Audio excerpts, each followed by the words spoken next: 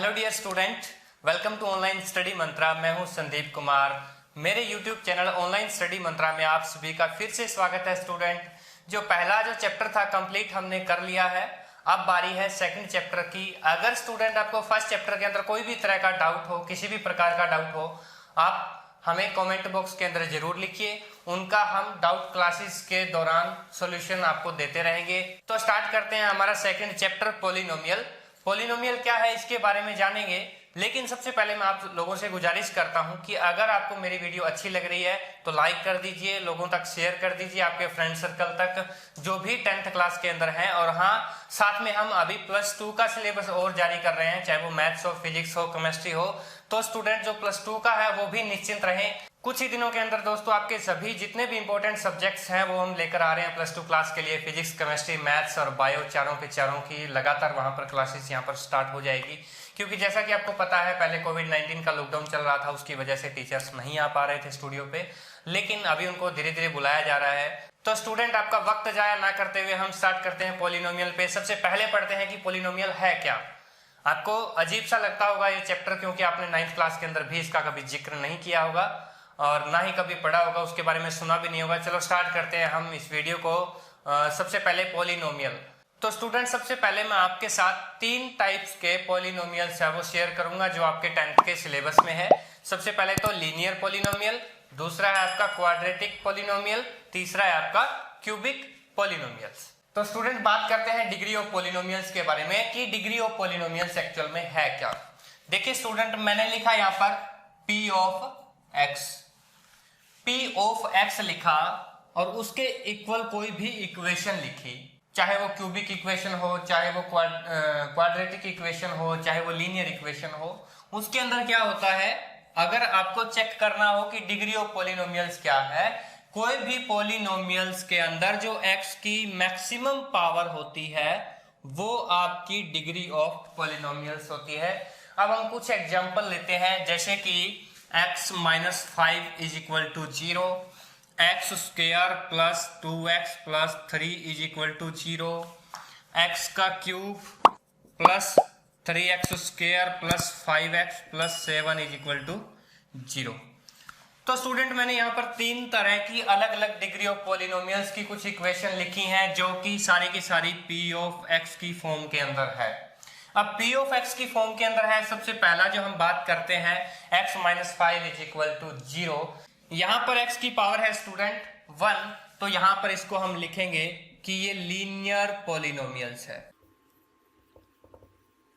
Linear polynomials का मतलब होता है स्टूडेंट्स की हैविंग पावर 1। कोई भी P ऑफ x है, कोई इक्वेशन दे रखी है आपको, उसकी अगर पावर है आपकी वो 1 है, तो हम उसको बोलते हैं स्टूडेंट की लीनियर पॉलिनोमियल है। लीनियर का मतलब ही सिंगल होता है। लीनियर एक सिंपल लाइन के अंदर, जिसको हम ग्राफ के अंदर बिल्कुल अच्छे से डिफाइन कर सकते हैं एक्स एक्सिस और वाई एक्सिस के ऊपर। अब एक्स एक्सिस और वाई एक्सिस क्या है उसके बारे में हम डिस्कस करेंगे, क्योंकि 2.1 है पूरी की पूरी इसी के ऊपर है दोस्तों। 6 आपको ग्राफ दिए गए हैं, उस ग्राफ के ऊपर एक्स और वाई के आपको पॉइंट है वो डिफाइन करने हैं कि उस ग्राफ के अंदर एक्स और वाई के अंदर क्या क्या कोऑर्डिनेट्स होंगे उनके। तो खैर छोड़िए, अब हम बात करते हैं नेक्स्ट के ऊपर। यहाँ पर जो P ऑफ x की फॉर्म है, डिग्री ऑफ पॉलिनोमियल्स अगर आपसे पूछा जाए तो क्या है स्टूडेंट। देखिए यहाँ पर x की पावर मैक्सिमम यहाँ पर 1 है, इधर 2 है। मैक्सिमम पावर के बारे में बोला था आपको, तो ये है क्वाड्रेटिक पॉलिनोमियल्स। और इनकी जो पावर है स्टूडेंट वो हमेशा क्या रहेगी, 2 रहेगी, और इधर जो पावर है वो 1 रहेगी।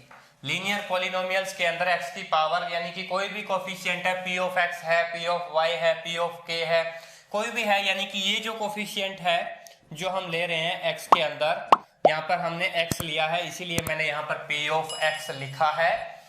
तो स्टूडेंट, अब बात करते हैं हम यहाँ पर क्या है, क्वाड्रेटिक, यानी कि जिसकी पावर 2 हो पॉलिनोमियल्स की, वो आपका क्वाड्रेटिक पॉलिनोमियल्स कहलाता है। अब स्टूडेंट नेक्स्ट में बात करते हैं, यहाँ पर 2 है पावर, यहाँ पर 1 है, यहाँ पर 3 है, तो मैक्सिमम पावर आपकी 3 हुई, तो यहाँ पर बोलते हैं हम उसको क्यूबिक पॉलिनोमियल्स। इनकी जो पावर है वो होती है दोस्तों 3। और भी आप आगे पावर हो सकती है, x की पावर 4, x की पावर 5, लेकिन स्टूडेंट वो हमारे सिलेबस के अंदर नहीं है। आपके सिलेबस के अंदर बस पावर 1, 2 एंड 3 तक ही पूछा जाएगा, यानी कि लीनियर और क्वाड्रेटिक और क्यूबिक के बारे में ही पूछा जाएगा। अब चलते हैं थोड़ा सा ओवरव्यू के अंदर आगे कि आपसे इस चैप्टर के अंदर क्या क्या पूछा जाने वाला है। इस ओवरव्यू के अंदर मैं आपको पूरी कंप्लीट डिटेल आपके सामने मैं यहाँ पर लेकर आऊंगा। तो स्टूडेंट अब हम बात करते हैं क्वाड्रेटिक पॉलिनोमियल्स के बारे में। अगर आपका क्वाड्रेटिक पॉलिनोमियल्स है p ऑफ x की फॉर्म के अंदर हो, यानी कि ax² plus bx plus c is equal to 0, ये है स्टूडेंट आपकी क्वाड्रेटिक पॉलिनोमियल्स। यहां पर ये जो x है वो कोफिशिएंट है p ऑफ x हम बोल सकते हैं, और a b और c आपके क्या है, वो आपके हैं रियल नंबर। रियल नंबर का भी मैंने आपको पहले चैप्टर के अंदर उसके ओवरव्यू में भी बताया था, उससे पहले भी एक वीडियो बनी थी टाइप्स ऑफ नंबर के ऊपर, यानी कि नंबर्स कितने टाइप्स के होते हैं, रियल और इमेजिनरी, जिसे हमने पढ़ा था। तो अब स्टूडेंट ये है रियल नंबर। यहां पर एक कंडीशन रहती है कि a है is not equal to 0। Why? अब देखिए स्टूडेंट, यहां पर हमने इसको लिखा है कि ये एक क्वाड्रेटिक पॉलिनोमियल्स है, यानी कि पावर इसकी 2 है। अगर यहां पर a है वो आपका 0 हो जाएगा, तो 0 इंटू x² भी आपका 0 हो जाएगा।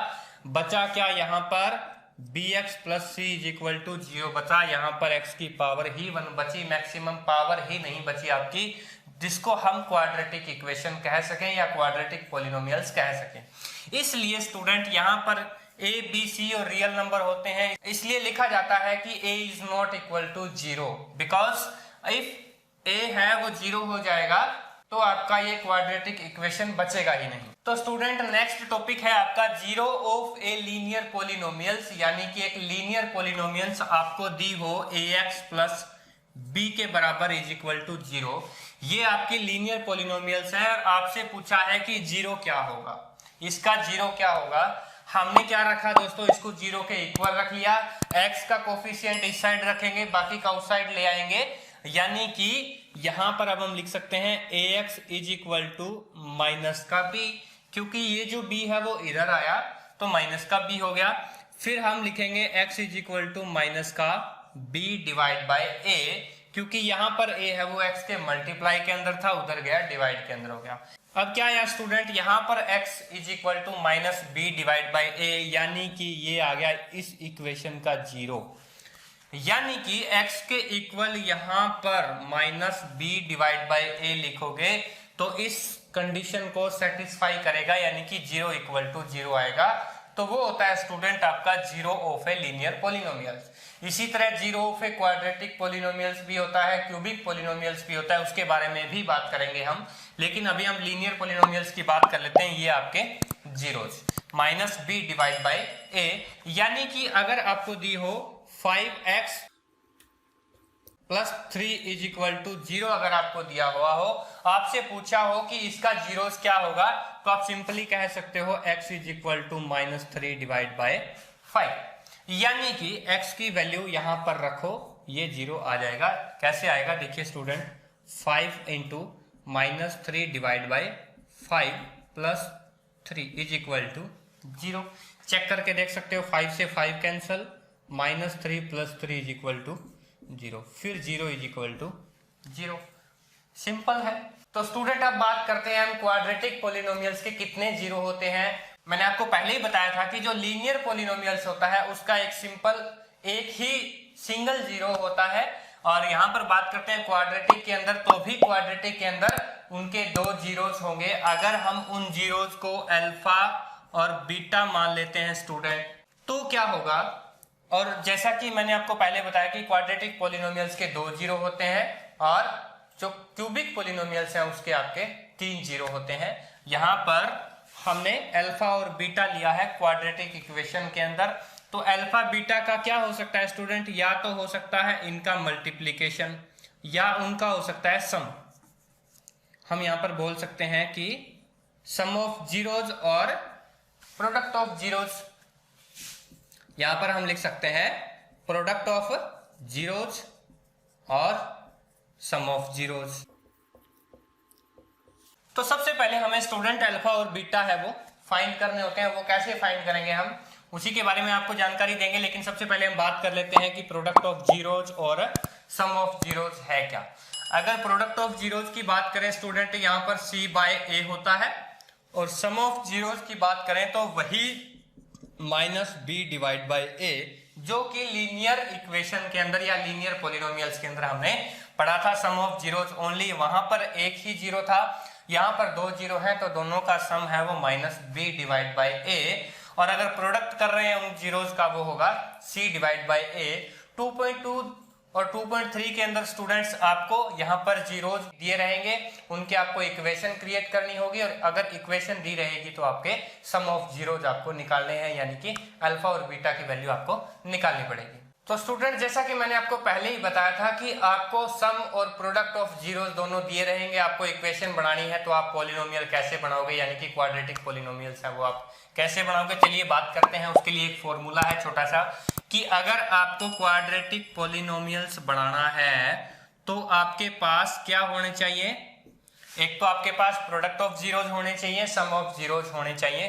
तो उसके लिए आप क्या करोगे, देखिए एक्स स्क्वायर आपको अपने तरफ से लगाना है, क्योंकि ये क्वाड्रेटिक पॉलिनोमियल्स है। उसके बाद में आपको सम ऑफ जीरोज यहाँ पर लगाने हैं, जो भी आएंगे या दिए होंगे, सम ऑफ जीरोज इनटू एक्स, और प्लस आपको प्रोडक्ट ऑफ जीरोज लगाने पड़ेंगे, प्रोडक्ट ऑफ जीरोज। और उसके इक्वल आप यूं कह सकते हो कि जीरो हमने इक्वल कर दी है। तो ये आपकी पॉलिनोमियल इक्वेशन एक मिल जाएगी अगर आपको प्रोडक्ट ऑफ जीरोज और सम ऑफ जीरोज गिवन है तो स्टूडेंट लीनियर इक्वेशन और क्वाड्रेटिक इक्वेशन करने के बाद अब बारी है क्यूबिक इक्वेशन की, कि अगर आपको क्यूबिक इक्वेशन के जीरोज है वो अगर दिए हो, इक्वेशन बनानी हो, या क्यूबिक इक्वेशन के जीरोज आप कैसे फाइंड कर सकते हो, उसके बारे में हम जानते हैं। जीरोज क्या होते हैं कोई भी क्यूबिक पॉलिनोमियल्स के, उसके बारे में बात करेंगे, लेकिन उससे पहले हम बात कर लेते हैं कि इसकी जो फॉर्म है वो कैसे बनेगी। मैंने आपको बताया था ax cube plus bx square plus cx plus d is equal to 0। इस फॉर्म के अंदर ये क्यूबिक आपकी इक्वेशन होगी, और कंडीशन ये रहेगी कि a is not equal to 0 and a b c और d वो हमारे रियल नंबर होंगे। और उसके बारे में बात करते हैं कि यहाँ पर जो क्यूबिक पॉलिनोमियल्स के अंदर कोफिशिएंट कौन कौन से होंगे, 3 कोफिशिएंट होंगे, नाम से पता चल रहा है कौन कौन से होंगे, अल्फा, बीटा और गामा। हमने क्वाड्रेटिक के अंदर अल्फा और बीटा लिए थे, लेकिन यहाँ पर अल्फा, बीटा और गामा है वो 3 लेंगे, क्योंकि 3 कोफिशिएंट हमें यहाँ पर लेने हैं। और ये जो इक्वेशन है वो आपकी p ऑफ x की फॉर्म के अंदर है, क्योंकि सारे के सारे वेरिएबल x की फॉर्म के अंदर है, x के साथ मल्टीप्लिकेशन के अंदर है। तो चलिए स्टार्ट करते हैं कि अगर आपको सम ऑफ और प्रोडक्ट ऑफ जीरोज दिए हो तो आप क्या करोगे और कैसे निकालने हैं। सपोज दैट आपको सबसे पहले हम बात करते हैं sum of zeros, alpha plus beta plus gamma. तो student alpha plus beta plus gamma आपका क्या होता है, वो होता है minus b divide by a। अगर आपको दिया हो alpha beta plus beta gamma plus alpha gamma, तो स्टूडेंट यहाँ पर अल्फा बीटा, बीटा गामा और अल्फा बीटा का सम अगर दिया हुआ हो तो आप क्या करोगे, यहाँ पर आप करोगे c डिवाइड बाय a। ये हो गए स्टूडेंट सम ऑफ जीरोज, आपको सम ऑफ जीरोज। अब बात करते हैं प्रोडक्ट ऑफ जीरोज की, यानी कि alpha into beta into gamma is equal to क्या होगा, इज इक्वल टू आपका होगा दोस्तों minus d divide by a। ये हो गया आपका प्रोडक्ट ऑफ जीरोज, और ये हो गए आपके ऊपर वाले सम ऑफ जीरोज।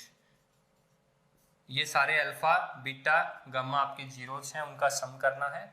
और इस तरह से स्टूडेंट अगर आपको दिया हो कि सम ऑफ जीरोज जितने भी हैं उनका मतलब मल्टीप्लिकेशन के बाद सम ऑफ जीरोज इक्वल वो दिया हुआ है आपको, और अगर प्रोडक्ट ऑफ जीरोज दिया हुआ है तो आपको इक्वेशन कैसे क्रिएट करनी है, कोई भी क्यूबिक इक्वेशन कैसे क्रिएट करोगे। तो मैंने आपको बताया था सबसे पहले आप लोगे एक्स की क्यूब, क्योंकि क्यूबिक इक्वेशन आप बना रहे हो। उसके बाद में आप सम ऑफ जीरोज लोगे, यानी कि अल्फा बीटा गामा तीनों का आपको सम करना है, इनटू में आपको करना है एक्स स्क्वायर, फिर आपको फिर प्लस लेकर आना है, फिर बात कर रहे हैं इन सम्स की, यानी कि alpha beta plus beta gamma और प्लस गामा अल्फा इनटू यहाँ पर एक्स स्क्वायर था, अब आप लिखोगे एक्स। और उसके बाद में आपको प्रोडक्ट की बारी आएगी alpha into beta into gamma, यानी कि alpha into beta into gamma is equal to 0। ये आपकी क्यूबिक इक्वेशन का फॉर्मेट रहेगा, इसी तरह से आपको बनानी है स्टूडेंट। और अगर आपको एक क्यूबिक इक्वेशन इस फॉर्म के अंदर दी हुई है तो भी आप अल्फा बीटा और गामा है वो निकाल सकते हो। सबसे पहले सम, उसके बाद में उसका सम और उसके बाद में प्रोडक्ट। तो इस तरह से आपको क्यूबिक इक्वेशन के जीरोज भी निकालने जरूरी है, क्वेश्चन के अंदर पूछा गया है। एक्सरसाइज 2.45 इसी तरह से ही है, जो कि ऑप्शनल में भी है। 2.3 के अंदर भी काफी सारे क्वेश्चन पूछे गए हैं। तो स्टूडेंट अब चलते हैं हम एक्सरसाइज 2.1 की तरफ। 2.1 के अंदर 6 ग्राफ दिए गए हैं और ग्राफ में पूछा है P ऑफ x और P ऑफ y, उसके अंदर x और y की वैल्यू क्या होगी, या x कोऑर्डिनेट और y कोऑर्डिनेट पे कोई भी वेरिएबल है वो वेरी कर रहा है या नहीं, वेरिएबल का एग्जिस्ट है या नहीं, उसके बारे में बात करते हैं। लेकिन सबसे पहले हम बात करेंगे कि एक ग्राफ होता है, उसके अंदर x एक्सिस और y एक्सिस को हम कैसे डिफाइन करते हैं, कैसे डिनोट करते हैं उसको, और उसके अंदर वैल्यू कैसे फिल करते हैं, नेगेटिव पॉजिटिव कोई भी। तो हम चलते हैं ग्राफ की तरफ। तो स्टूडेंट एक्सरसाइज 2.1 के अंदर एक ही क्वेश्चन है, 6 पार्ट हैं, अलग अलग ग्राफ किए गए हैं। ग्राफ्स के बारे में हमें पढ़ना है, लेकिन उससे पहले हम बात करते हैं क्वेश्चन नंबर फर्स्ट के अंदर क्या पूछा गया है। और तो हमारा पहला क्वेश्चन है कि the graph of y is equal to p of x are given in the figure below, कि नीचे फिगर के अंदर आपके पास ग्राफ के अंदर y is equal to p of x दिया हुआ है और some polynomial p of x, यानी कि ये कुछ पोलिनोमियल्स के लिए यहाँ पर y की वैल्यू दी गई है। Find the number of zeros of p of x, यानी कि x एक्सिस के अकॉर्डिंग आपकी p ऑफ x के अंदर आपको चेक करना है कि कितने जीरोज है। देखिए स्टूडेंट, इन चीजों को समझने से पहले हमें समझना होगा ग्राफ को, ग्राफ के ऊपर पॉइंट्स अब कैसे डिफाइन किए जाते हैं, ग्राफ को समझा कैसे जाता है। तो हमने सिंबल सा एक ग्राफ बनाया है। यहाँ पर मैंने 2 लाइनें ड्रॉ की हैं, एक तो वर्टिकल है और एक हॉरिजॉन्टल है। हॉरिजॉन्टल यानी कि जो खड़ी लाइन है और वर्टिकल है यानी कि जो पड़ी लाइन है। वर्टिकल को हम x एक्सिस से डिनोट करते हैं और जो हॉरिजॉन्टल है इसको हम y एक्सिस से डिनोट करते हैं। जहां पर ये जो दोनों पॉइंट है ये मिलती है, हम इसको O बोलते हैं, O यानी कि ओरिजिन। ओरिजिन के ऊपर x एक्सिस और y एक्सिस दोनों की वैल्यू हमेशा 0 होती है, यानी कि यहाँ पर जो कोऑर्डिनेट्स हैं वो क्या होते हैं आपके 0 0। इसको कोऑर्डिनेट्स बोला जाता है। ये कोऑर्डिनेट्स यानी कि इसके कोऑर्डिनेट्स क्या है, इस पॉइंट के कोऑर्डिनेट्स होते हैं ये x का और y का। x का भी 0 है और y का भी 0 है आपका। इस तरह से इस पॉइंट के कोऑर्डिनेट अपने को मिल गए। अब बात करते हैं x एक्सिस से अगर इस साइड यानी कि मेरे राइट हैंड साइड अगर कोई भी वैल्यू है स्टूडेंट, वो आपकी रहेगी प्लस के अंदर, यानी कि ये सारी की सारी प्लस के अंदर रहेगी 1 2 3 4 से लेकर के इनफाइनिटी तक। और इस साइड जो है वो सारी की सारी नेगेटिव रहेगी स्टूडेंट x एक्सिस की। अब बात करते हैं y एक्सिस की, तो ऊपर साइड है जो वो रहेगा आपका प्लस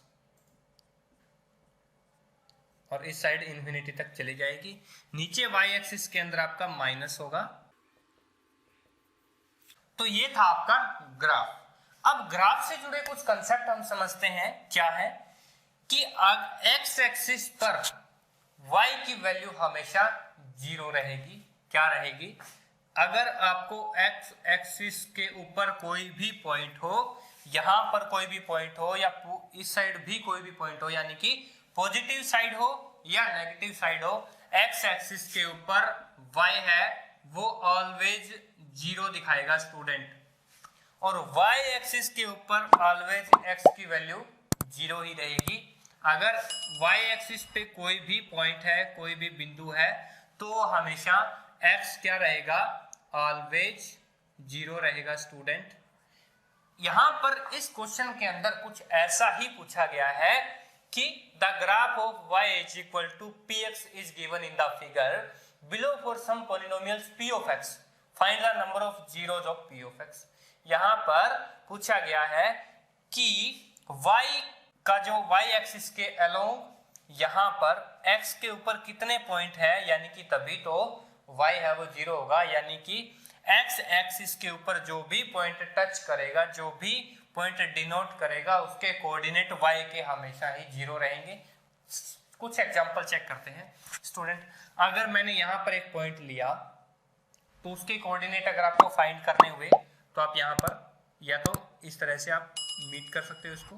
तो यहाँ पर क्या हुआ, -4, 5 और 6, यानी कि जो x है उसके हो गए 6, y के हो गए आपके प्लस के 3, इसके कोऑर्डिनेट आपके 6 और 3 हो गए। और अगर स्टूडेंट यहाँ पर हम बात करते हैं तो यहाँ पर x के 5, 6, 7, 8, 9, 10 हो गए सपोज दैट, और y के स्टूडेंट हमेशा ही रहेंगे आपके 0। और अगर इसकी बात करते हैं हम यहाँ पर इस पॉइंट के ऊपर सपोज दैट 4, 5 और 6 है, और y के तो कोऑर्डिनेट 6 हैं और x की क्या रहेंगे, हमेशा ही 0 रहेंगे स्टूडेंट। x सबसे पहले आएगा, y उसके बाद में आएगा। यहाँ पर 0 और 6 है इस पॉइंट के कोऑर्डिनेट। सपोज दैट ये पॉइंट आपका A था, ये आपका B था, ये आपका C था। इस साइड भी हो सकते हैं। सपोज दैट ये मैंने पॉइंट लिया है, यहाँ पर x का है वो -4 है और यहाँ पर -2 है। ठीक है स्टूडेंट, ये होता है आपका फर्स्ट क्वाड्रेंट। 4 क्वाड्रेंट होते हैं यहाँ पर, फर्स्ट क्वाड्रेंट, ये होता है आपका सेकंड क्वाड्रेंट, और ये होता है आपका थर्ड क्वाड्रेंट, और ये होता है आपका फोर्थ क्वाड्रेंट।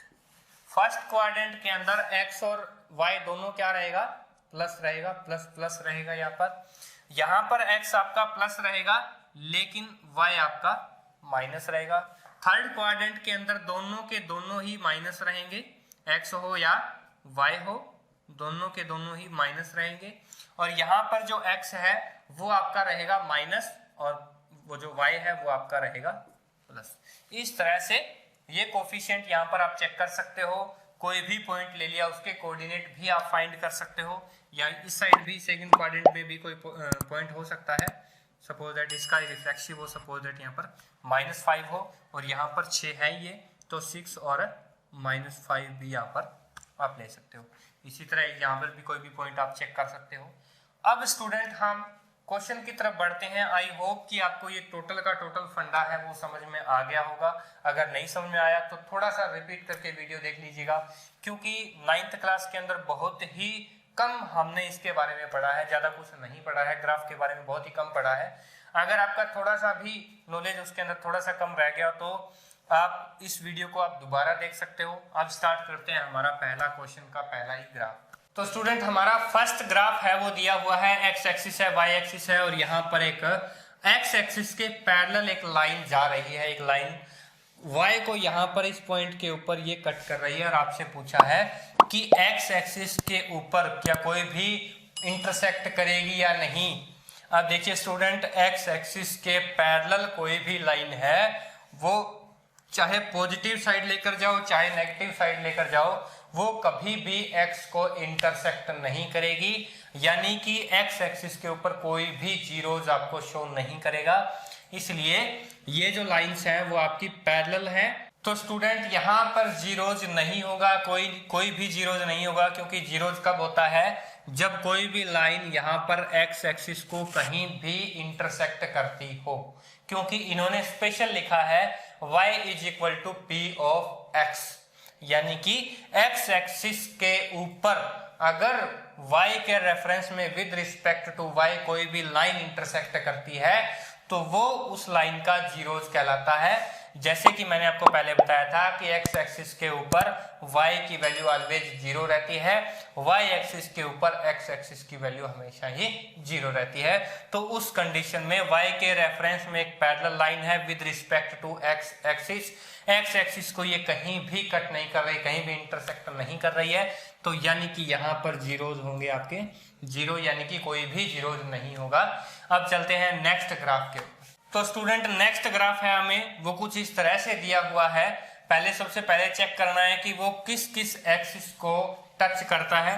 यहाँ पर y एक्सिस को टच कर रहा है नेगेटिव की साइड, और x एक्सिस को भी टच कर रहा है पॉजिटिव की साइड, यानी कि x एक्सिस को ये एक बार टच कर रहा है। तो इसका मतलब ये हुआ दोस्तों कि इसका एक ही 0 होगा, यानी कि जो जीरोस हैं उसकी जो नंबर्स ऑफ जीरो है वो 1 होगा, क्योंकि एक्स एक्सिस को एक ही बार टच कर रहा है, इसलिए आप कर सकते हो जब number of zeros is 1 because it's intersected x axis only one time, या एक बार ही उसको टच कर रहा है तो वन टाइम लिख सकते हो आप।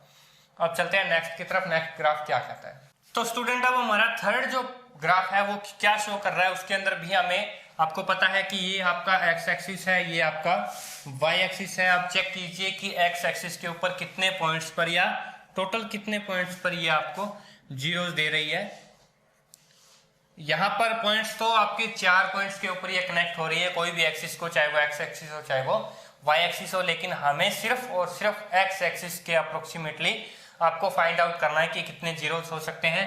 तो एक्स एक्सिस पे आपको 3 बार ये कनेक्ट कर रही है, इंटरसेक्ट कर रही है, तो आप बोल सकते हो कि y is equal to p of x अगर आपको दिया हुआ है तो यहाँ पर जो नंबर ऑफ जीरोस हैं आपके वो होंगे दोस्तों 3, नंबर ऑफ जीरोस होंगे आपके 3 होंगे, क्योंकि ये 3 टाइम्स जो है वो इंटरसेक्ट कर रही है एक्स एक्सिस को। इसी तरह से नेक्स्ट क्वेश्चन पे भी गौर करते हैं अपन। तो नेक्स्ट ग्राफ है स्टूडेंट, फोर्थ ग्राफ है हमारा। यहाँ पर दिया हुआ है, आपसे पूछा गया है कि p of x with respect to y, यानी कि y के इक्वल p ऑफ x दे रखा है आपको। उसके अंदर एक ग्राफ के अंदर एक कर्व दिया हुआ है, वो आपसे पूछा है कि x एक्सिस के ऊपर ये कितनी बार टच करता है। यहाँ पर ये 2 बार टच करता है, इंटरसेक्ट करता है एक्स एक्सिस को। तो यहाँ पर जो नंबर ऑफ जीरोस होंगे वो भी आपके 2 नंबर ऑफ जीरोस होंगे, क्योंकि ये 2 बार इंटरसेक्ट कर रहा है। नेक्स्ट फिफ्थ ग्राफ है स्टूडेंट, आपको एक कर्व दिया हुआ है जो 2-3 बार एक्स एक्सिस को टच कर रहा है।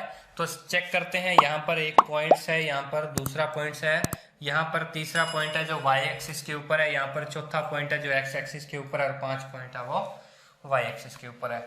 स्टूडेंट अगर आपसे यहाँ पर पूछा होता है x is equal to p of y, तब तो आप यूं कह सकते हैं कि y एक्सिस के ऊपर सिर्फ एक ही जीरोस होगा, क्योंकि y एक्सिस को वो एक ही बार इंटरसेक्ट कर रहा है। लेकिन यहाँ पर आपसे y is equal to p of x पूछा हुआ है, यानी कि x एक्सिस के ऊपर क्या कितनी टाइम्स इंटरसेक्ट कर रहा है। तो यहाँ पर 1, 2 और 3 और 4, तो यहाँ पर जो नंबर ऑफ जीरोस होंगे वो आपके होंगे स्टूडेंट 4, क्योंकि ये 4 बार इंटरसेक्ट कर रहा है। इसी तरह नेक्स्ट जो पार्ट है, लास्ट पार्ट है, वो आपके लिए स्टूडेंट डू यूर सेल्फ है, और आपको ये करना है और उसका आंसर कमेंट बॉक्स के अंदर बताना है। जो भी स्टूडेंट सही आंसर बताएगा उसका नेक्स्ट वीडियो के अंदर मैं बिल्कुल नाम आपके सामने अनाउंस करूंगा उसका। कोई भी स्टूडेंट जो भी इसका सही आंसर देता है उसको यहाँ पर मैं बधाई देना चाहूँगा कि वो मेरी वीडियो को बहुत अच्छी तरह से देख रहा है और कुछ सीख भी रहा है ऑनलाइन स्टडी मंत्रा के इस यूट्यूब प्लेटफॉर्म से। तो स्टूडेंट आज की वीडियो की जो 2.1 एक्सरसाइज थी यहाँ पर खत्म होती है, कंप्लीट होती है। पूरे के पूरे जो एक ही आपको क्वेश्चन दिया हुआ था उसके 6 पार्ट थे, 5 पार्ट मैंने करवा दिए हैं। तो स्टूडेंट अब बढ़ते हैं अपन नेक्स्ट एक्सरसाइज की तरफ। 2.2 देखते हैं उसके अंदर क्या पूछा गया है। 2.1 का मैं आपसे फीडबैक जरूर लेना चाहूंगा कमेंट बॉक्स के अंदर। अगर आपको ये वीडियो अच्छी लगी हो तो प्लीज लाइक और शेयर कर दीजिए अपने फ्रेंड्स के साथ, और हाँ अगर आप चैनल पे नए हो तो प्लीज चैनल को सब्सक्राइब जरूर कर दीजिए और बेल आइकन का जो बटन है उसको प्रेस कर दीजिए, ताकि इन फ्यूचर जो भी वीडियो अपलोड हो आपके सिलेबस के रिगार्डिंग उसकी आपको नोटिफिकेशन है वो मिलती रहे। Thank you for watching my video. जय हिंद, जय भारत।